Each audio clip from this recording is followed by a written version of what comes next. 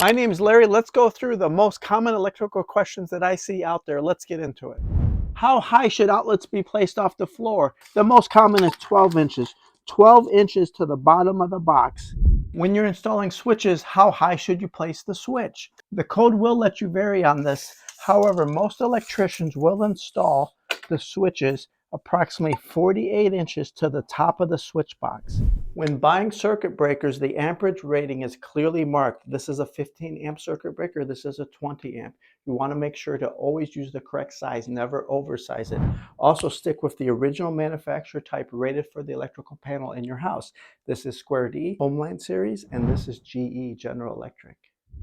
Yellow wire versus white wire. What the heck is the difference? There's actually many more colors than just these two. The yellow wire is 12 gauge and it's actually thicker than the 14 gauge white wire. This is for heavier duty circuits such as 20 amp circuits, often found in kitchens and garages. This is the more common everyday household wiring. You're going to find this in just basic bedrooms and general lighting circuits. So this is the most common in your house, but this is required thicker 20 amp circuits in some areas. Now when running Romex electrical wire through studs, make sure to always drill in the center of the stud. You do not want it near the face of the stud. That can cause problems with future damage such as installing drywall.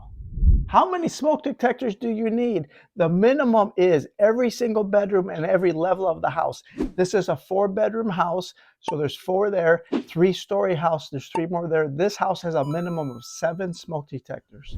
Now, how many outlets can you install per circuit? The code actually doesn't speak to this. It depends on many factors.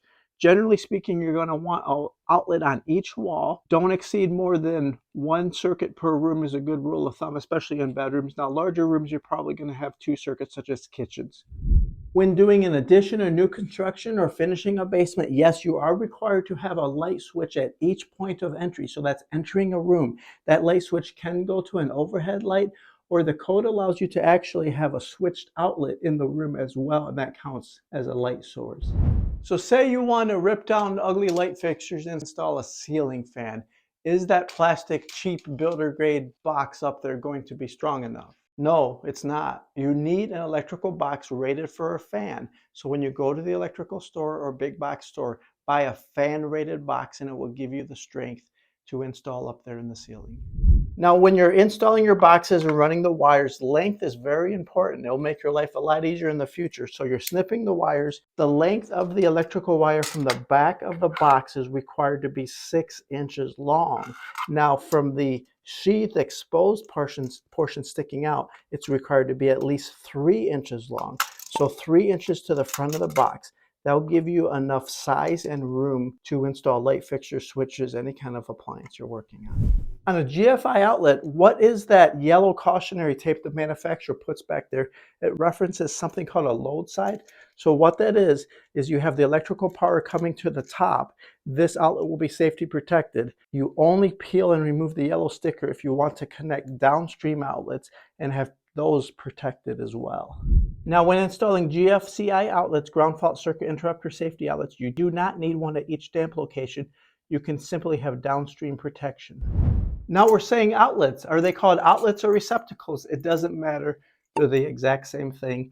I often joke that homeowners call them outlets and electricians call them receptacles.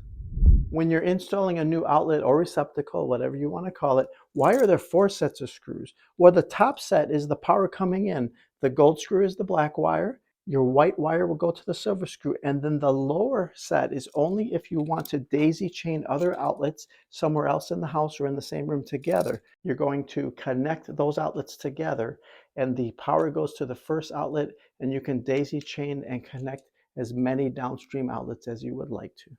So you're installing outlets. How far is the spacing in between the outlets? This is an important topic. You want no more than 6 feet on the average wire length to the next outlet. So if the appliance was in between the outlets, it has to be able to reach within 6 feet of any outlet. What that means to you as a homeowner is approximately 12 foot on center for outlet spacing along a wall. You can also remember that as 1 per wall in every room. That's a good start. Now on countertops such as kitchen, the outlets have to be much closer together. They average no more than 4 foot on center in between outlets. How close do you have to put wire staples to each box? The code says within 12 inches of each box, you have to have a wire staple or fastener. Now on the longer runs, you can go much further. Like in an attic or basement, you can go 4.5 feet maximum before you have to place a new electrical wire. Can you do your own electrical work?